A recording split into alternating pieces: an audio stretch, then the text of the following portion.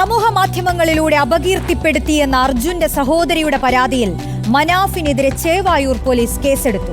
കലാപമുണ്ടാക്കാനുള്ള ശ്രമം എന്ന വകുപ്പ് ഉൾപ്പെടെ ചുമത്തിയാണ് പോലീസ് എഫ്ഐആർ രജിസ്റ്റർ ചെയ്തത്. സംഭവത്തിൽ പോലീസ് അർജുന്റെ കുടുംബത്തിന്റെ മൊഴിയെടുത്തു. അർജുന്റെ കുടുംബം നൽകിയ പരാതിയിൽ സ്ത്രീകൾക്കെതിരെ മോശം കമന്റ് ഇട്ടവർക്കെതിരെയും ഒപ്പം തന്നെ വർഗീയ പരാമർശങ്ങൾ നടത്തിയവർക്കെതിരെയും ശക്തമായ നടപടിയുണ്ടാകുമെന്ന് അസിസ്റ്റന്റ് കമ്മീഷണർ പറഞ്ഞു. സൈബർ സെൽ ഉൾപ്പെടെ ഇക്കാര്യങ്ങൾ പരിശോധിക്കും.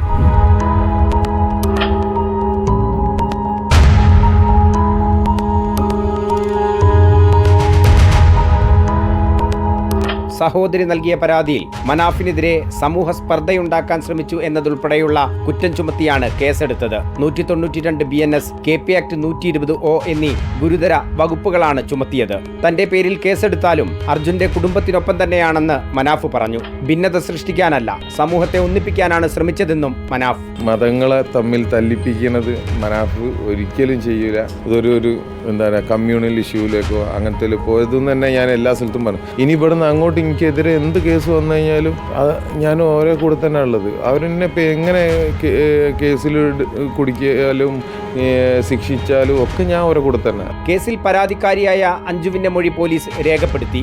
മനാഫിനെതിരെയല്ല, സമൂഹ മാധ്യമങ്ങളിലൂടെ അപവാദ പ്രചരണം നടത്തിയവർക്കെതിരെയാണ് പരാതിയെന്നാണ് മൊഴി നൽകിയത്. അതേസമയം മനാഫിനെതിരെ കൂടുതൽ അന്വേഷണത്തിന് ശേഷം തെളിവുകൾ ഉണ്ടെങ്കിലേ തുടർ നടപടികൾ ഉണ്ടാകുമെന്ന് medical college ACP A Umesh പറഞ്ഞു. മനാഫും സോഷ്യൽ മീഡിയയിലാണ് അവർ തന്ന പരാതിയിലുള്ളത്. ആ പരാതി തന്നു എന്നുകൊണ്ട് മാത്രം അവനെ പ്രതിയാക്കി മുന്നോട്ട് കൊണ്ടുപോകുന്ന കാര്യമൊന്നുമില്ല. കേസിലെടുത്തിട്ടുണ്ട്, FIR എടുത്തിട്ടുണ്ട്.